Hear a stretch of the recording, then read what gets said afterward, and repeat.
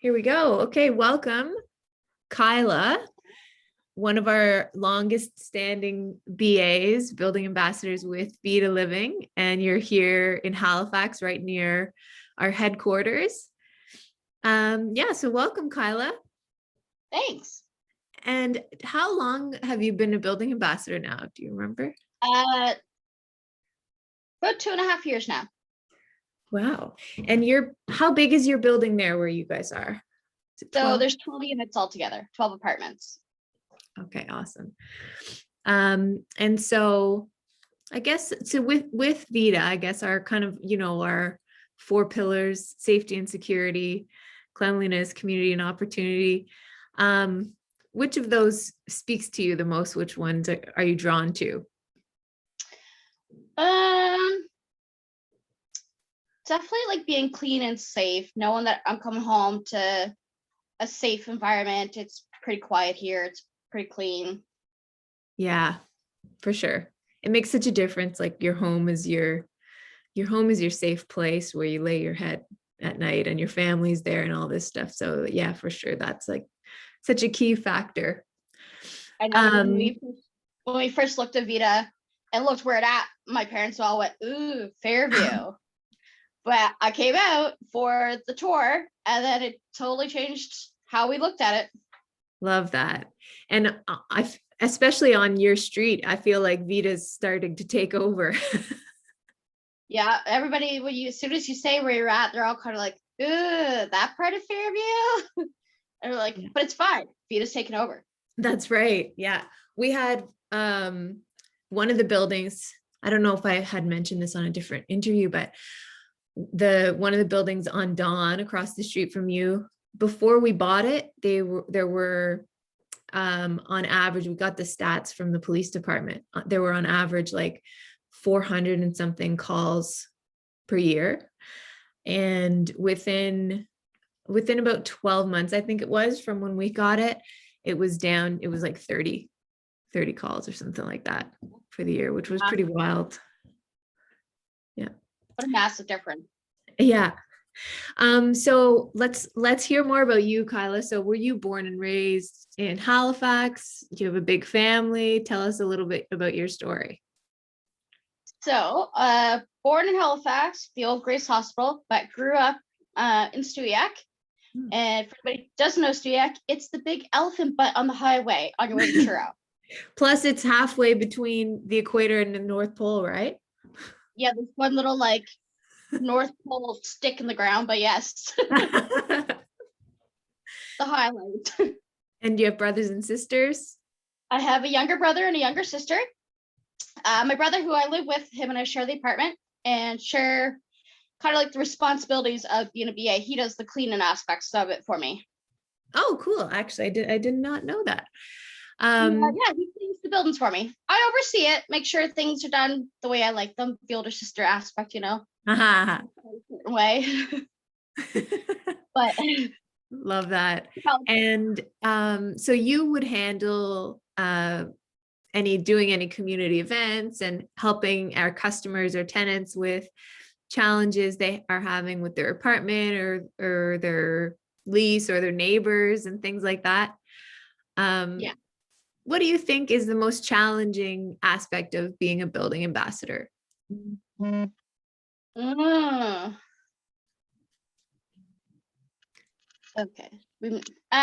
Sorry about that. Tenant texted. I would say the most challenging part is probably knowing how to talk to tenants sometimes, how to approach them. Yeah, it seems a lot of the time like some of the best job experience that relates back into being a building ambassador is some of the kind of customer facing jobs where you might have really challenging situations. Helps you be able to adjust and think about, like, okay, why is that other person reacting so strongly? How can I diffuse this? You have to be the moderator between two tenants and help them see each other's perspectives. Yeah. And so I would imagine your day job also could help you with that. Can you tell us what that looks like? So I am an early childhood educator in a toddler classroom. So as my father would say, child mangler. Child wrangler. That's funny. Sometimes I make a joke about being Ron's assistant, that a good explanation of my job is that like I'm a Tasmanian devil who's trying to keep track of another Tasmanian devil. Yeah, I can see that. Yeah. What else? So what are some of the, okay, I guess just for background, we know VIDA is all about affordable living, affordable communities. And so we're really proud of being able to offer rent that is below kind of the average rent. But in order to keep doing that, we also have to kind of get creative sometimes on where we can save on cost. And we rely on our building ambassadors to have that mindset and think a little creatively sometimes on like, how can I fix this problem? Does it require, a professional, or is there a way to get around this? So what are some of the kind of tricks or knowledge that you have that helps with that? So one way that I cut cost on like outdoor activities or gardening and lawn care is my tenants all save their pop bottles and recycling in that sense. So I created a spot indoors where tenants can just drop off their pop bottles and other cans. And every once in a while, I take them to the depot and use that money I set aside and use it for, sometimes it's more flowers. I bought toys for the kids outside to play in the parking lot, some balls this summer. Love that. That's so special too, because that way it's not all on you either. Like the tenants are getting involved, the other people that live there, and so they might have ideas too about what to buy, and they're contributing. So yeah, it's awesome. Kind of like an invasive way of them contributing too, because you can ask them, like the tenants I have, you can ask them, they're like, yeah, it's fine. They don't really want to always get involved, but this is a way where they can get involved without being out of the way or something. Like totally, it's like what's that called in sales? There's a couple techniques, and one of them is called like foot in the door technique, where you get like just a little commitment first, and it's easier to build on something after that. So that's kind exactly. of, it's like a little gateway. Or even just like, hey, I'm going outside today between this time to do some gardening. Anyone want to join me? Come on out. And then usually one or two people come out that way. Love that. And so how do you communicate with your tenants? Like if you wanted to make an announcement like that, do you, do you have like a group text, or do you send an email to everybody? What's your go-to? So one of the things I've learned as I gain more and more tenants is I ask them their favorite way of communicating, whether it be a text or email or a letter on the door. So if it's something as friendly as like, hey, let's have a barbecue tomorrow, or let's go outside tomorrow, then I'll text them. Most of them prefer texting that way. Because of the job I have where I'm gone long hours, I tell them if they have a problem that's not an emergency, give me a text and give me a couple hours. I'll respond to you back as quick as I can around my other job. Love that. And especially where the building ambassador role is a part-time role, but then the times that your attention is going to be asked for will vary drastically, depending on what's going on. Right. So what you said just makes me think it's so key having a relationship with each of your tenants, because then you can ask for that back, like that consideration where it's like, if you do write to me between these times, like I'll do my best, but I'm over here like with the toddlers until 4 p.m. or whatever it is. Right. So that's a good tip for other building ambassadors. I kind of laid like an expectation, like I tell everybody as soon as they start with me, like these are my hours that I'm gone from, and when I get home, feel free to reach out if you have a question, because I'm the kind of person I like to ask right away. Whether I get the answer right away or not is fine, but it's on my brain now. I need to ask you now. So, and that's fine. I get it. You have a question, shoot me a text. I'll get back to you as soon as I can, and I'll Yeah. deal with it as soon as I get home, or I'll deal with it on my lunch break and call somebody that can help you now. I have a question, and this Yeah. is because you're talking about texting, people are sending you requests by text, and I know my weaknesses, one of my top weaknesses, I guess there's many, but is I have the worst memory ever. So with a text, like if there's no system for me to keep track of it, then it's gone. So how do you manage like incoming requests so well? If it's by text and phone and kind of all those different places, like, do you have a system, or do you just have a memory like a steel trap? I wish I had a memory like a steel trap, and I have no problem telling my tenants, I don't mean to forget. I'm a forgetful person. Please remind me in a couple days something if I don't fall through there, especially if it's something like, I don't know, that doesn't need to be fixed like tonight, Mhm. and it's something that can like go a day or two Yeah. and then forget. Like, please reach out to me. Like, I don't mean to forget. I just Yeah. do. Great. But Again, with like, that's a proactive kind of approach. That's smart.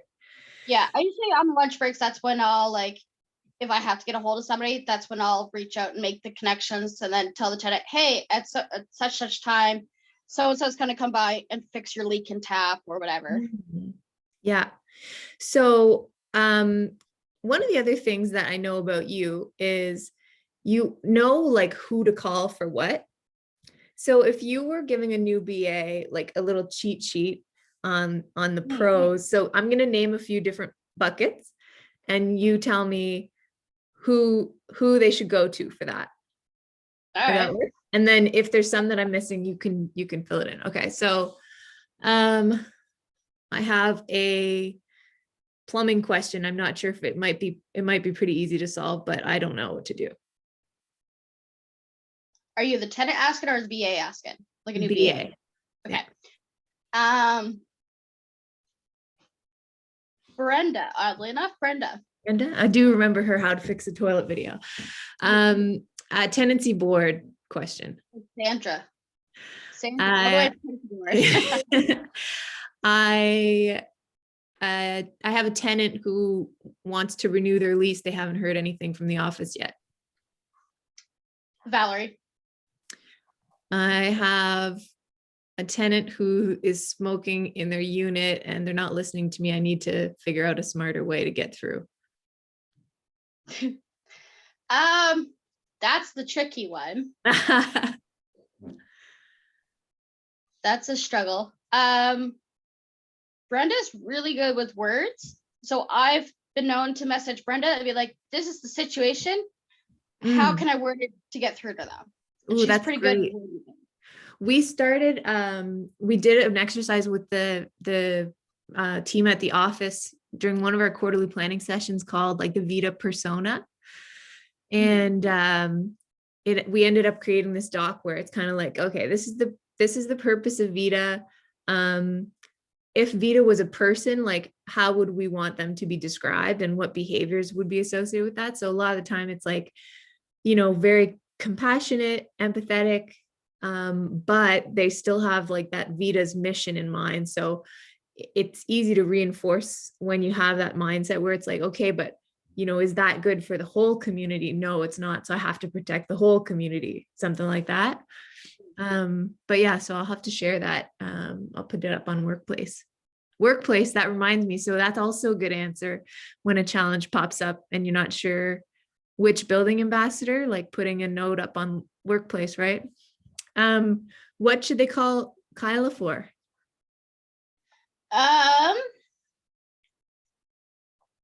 Anything to do with kids or families. I guess it's easy with me, but so my common room, so I have two buildings. We didn't discuss that yet. I have two buildings. They're like twin buildings, so they share park lot.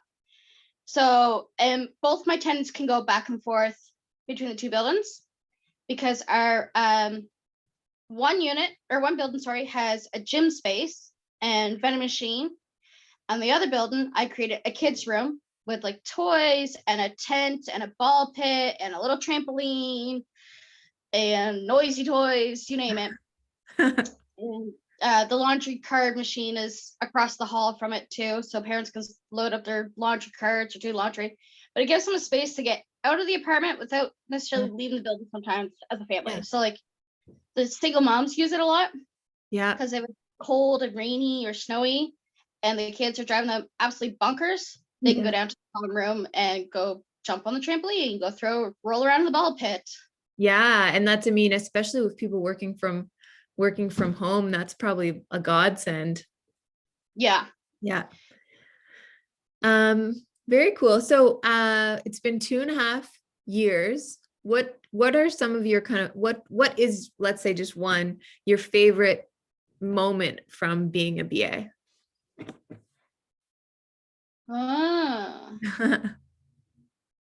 Favorite moment. I like watching the kids connect.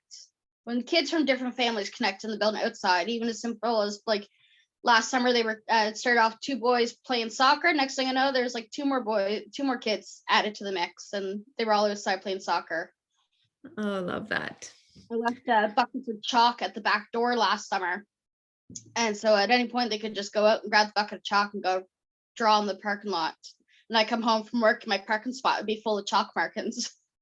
Did you feel guilty parking on top of the hopscotch?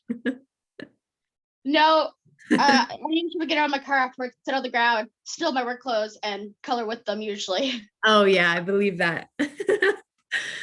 Well, Kyla, that's all the time we have. I've been trying to keep it short. Of course, we went way over, but that's okay. Thank you so much for sharing. I will pass this along to all the other building ambassadors as well.